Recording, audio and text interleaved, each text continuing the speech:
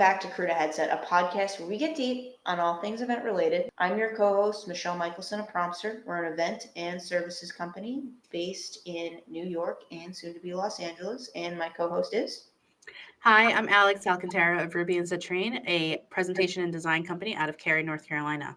In this episode, we are taking a dive into living out of a suitcase. Yes, you heard correctly. As event workers, between our meals and our work schedules, the other important element in our job is where we staying.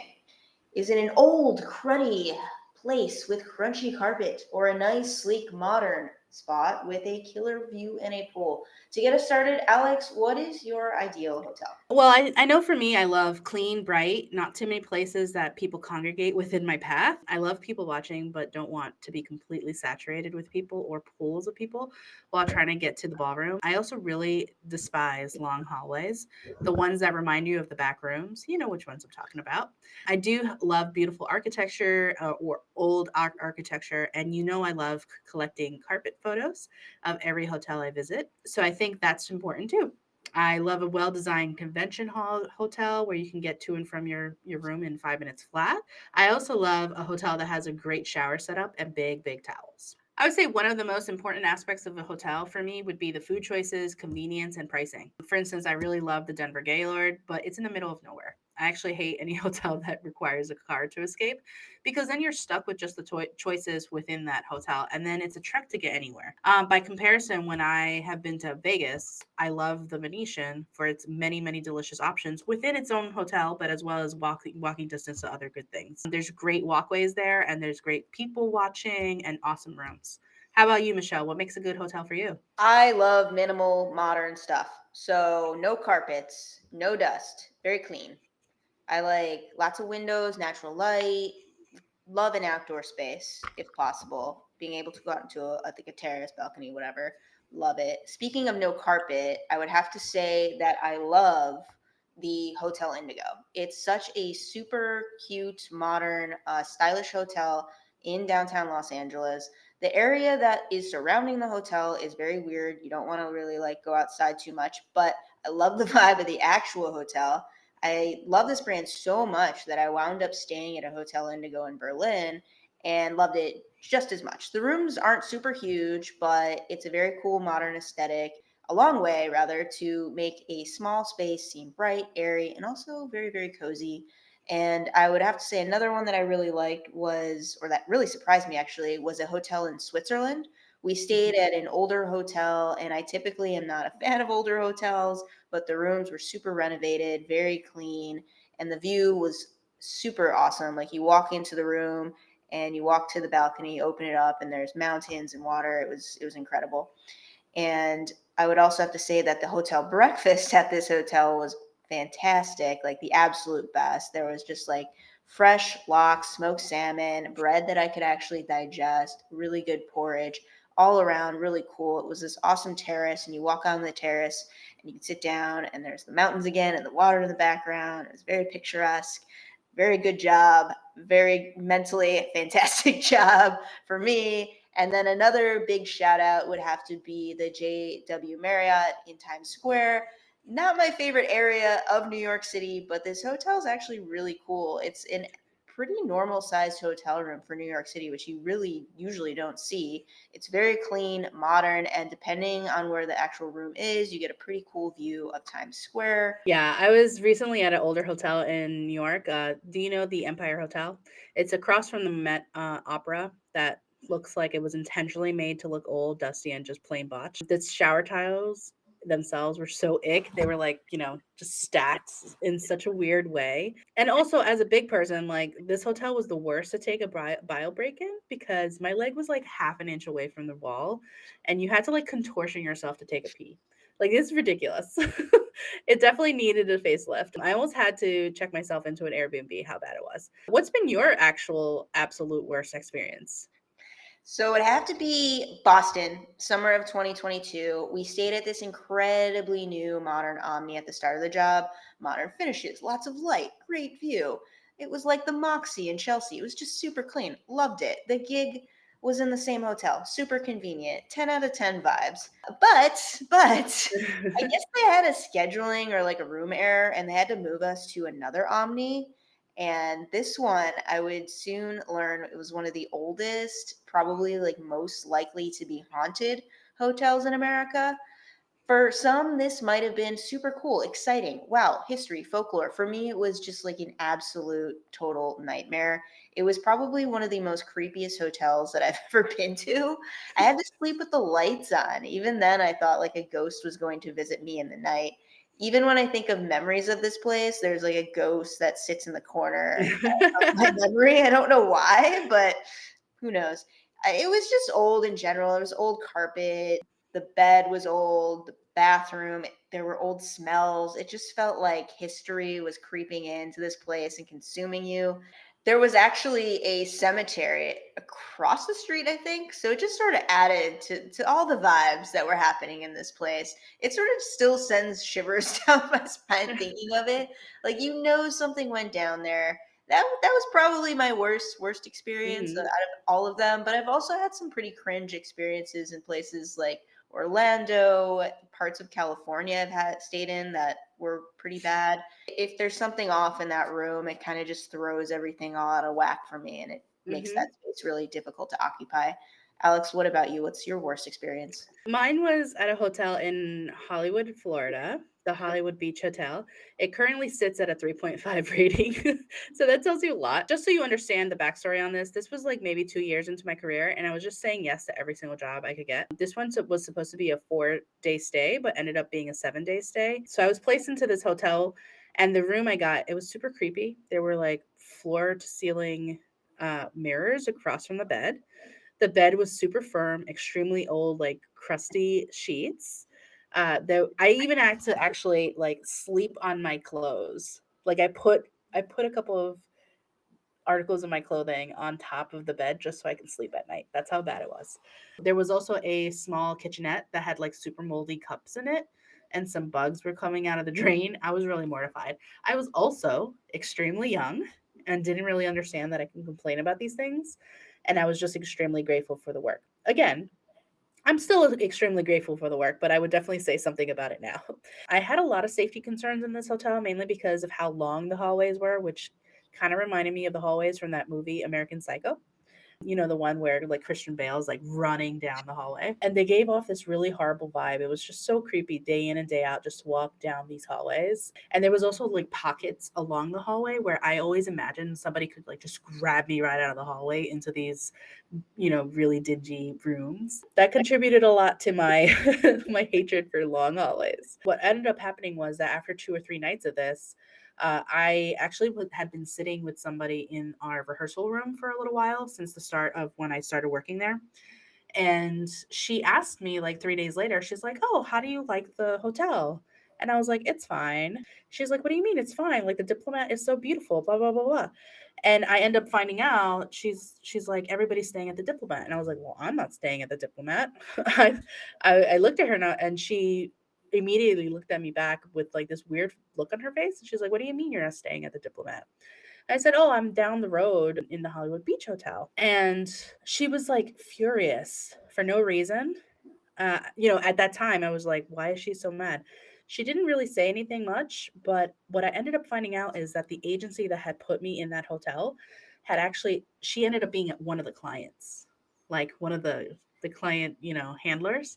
And the agency that had put us into that hotel had stated to her that everybody was staying at the Diplomat. But in fact, it was the agency's internal people and their family members that were staying in the Diplomat under our names. So yes, that was very sketch. Needless to say, I got moved the next day. And it was, that's for sure the most interesting case that I've kind of walked into unintentionally. I now make sure that I know who the client is so I don't put my foot in my mouth. Is there anything that you would outright speak up about if you experienced it at your hotel? It's tough because it's hard to bring that stuff up directly to a client. I know I've definitely made mention, but sometimes you're staying at hotels that shouldn't be that way because it's a Marriott or it's a Hilton or it's a brand name. And unfortunately, there's times where I stayed one time at a Marriott in Silicon Valley of all places, and it was probably another one of the worst places I had been to. It's probably ghosts and we're hanging out having tea parties. It was really bad. The heat would never turn off. It would just go, go, go. And unfortunately, it was at a time where the hotel was renovating. So there was literally nothing we could do. The job was in the hotel. I could complain all I wanted to. And where else were they really going to have us stay? It was really the most convenient place at the time because you know if you're not going to be able to feel comfortable in your room, you're not going to sleep well. You're probably going to have nightmares or bad dreams. And the last thing you obviously want when you're in a temporary living arrangement is to not be able to sleep on a job where you have to work like 14, 15-hour days. It's Hmm. just the unfortunate circumstance of the situation sometimes that's sometimes out of the control of everybody. Hopefully these things don't happen very often, Right. but if they do, or if it's a matter of like noise or something that can maybe be corrected, I think it's definitely worth reaching out to the hotel first.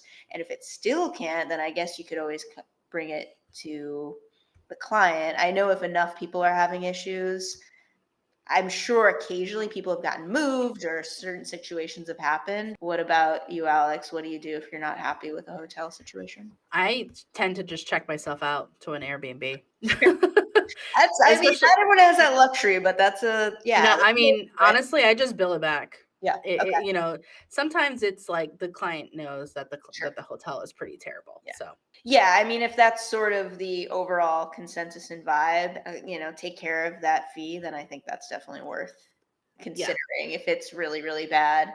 So, what are some things in general that you tend to bring to a hotel that make you feel more comfortable?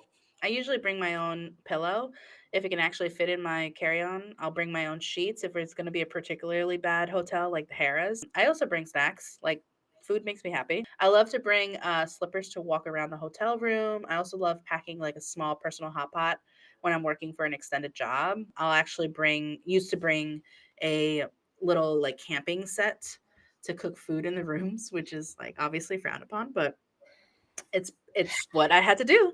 When you're first starting out, like you're not making nearly enough to really go out every night. I always get at least one bag of food delivered with fruits, hard-boiled eggs, bread, because I also do tend to travel with like those packets of peanut butter and jelly packets. Hey, you gotta do what you gotta do. I know Exactly. for me, the mini fridge is the most important thing ever. I usually like to put my canned coffees in there, my snacks, and I found that if you do go to hotels that already have the mini fridge stocked with beverages, you can ask for a medical fridge and they'll bring it up for you and then you can put whatever it is that you need to put in there. I know that the food is not going to be great and we're at a certain hotel where I sort of know the caliber, the quality of the food. I'll have to just do like a Whole Foods run. And I used to actually bring a pan and I don't do that anymore. I've stopped that journey, but I will try to bring anything that I can that will fit into a mini fridge. Sometimes I've bought those rotisserie chickens or some sort of proteins and things like that. And then one thing that we failed to mention, which I think is probably, aside from all the food stuff, probably one of the most important things is the thermostat in your room and the temperature and how to control that temperature. And Yeah. sometimes that can be very challenging. Sometimes the temperature does not go higher or lower. Sometimes it does not, yeah, there are limits, and sometimes the fans are oppressively loud. So if you do want to turn something on, you then have to listen to the blaring fan. And also air filtration. I think ever since the pandemic, that's a concern for a lot of people, Hmm. especially if, like many hotels, you are unable to open a window or have a balcony. You are at the behest of the hotel and their air filtration system, and you hope that it's up to par to sort of deal with things. And I think for a lot of people we're just at the mercy of the hotel. And I know for me, my apartment, I can get the temperature fantastic where I'm not waking up at 3 a.m. In a hotel. It's either too hot or too cold, and I'm waking up at 3 a.m. to turn it off, turn it down. I'm a weirdo. I tend to sleep at like 75 degrees. I know a lot of people don't like that, but I'm Absolutely sure, not. yeah, I'm sure they're waking up and adjusting it maybe the other way around. But anyways, what temperature do you like to leave your room at? It really depends. I love when my face is cold, but the rest of my body is very nice and snug. So I tend to be in the 68, 70 range. That's my ideal That's a temperature. normal one. Yeah, That's a 68, normal body. 70. Yeah. This last hotel that I was talking to you about, like the Empire, I spent 3 days out of the 5 days I was there talking to the front desk, being like, I don't know how to use your thermostat. Please help me. Yeah. The first night I was there, it must have been like 80 degrees in there. I was dying.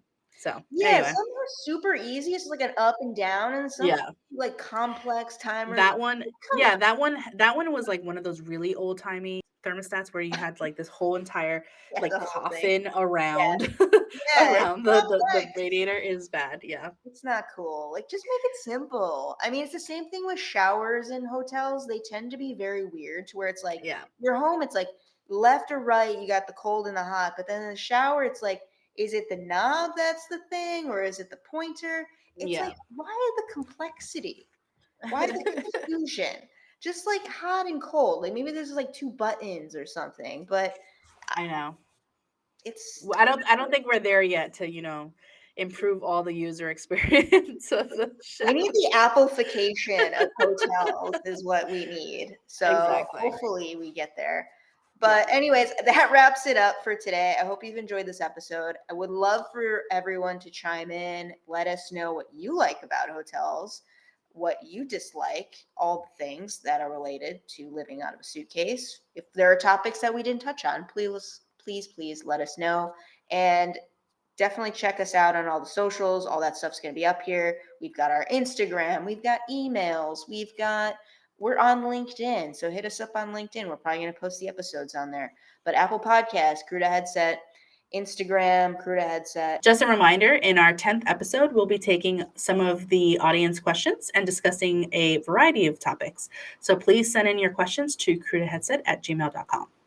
And also check out our other episode, What's for Lunch, where we talk about our favorite topic, Food, food, food. food. So check us out. We'll see you next time. Thanks. Bye.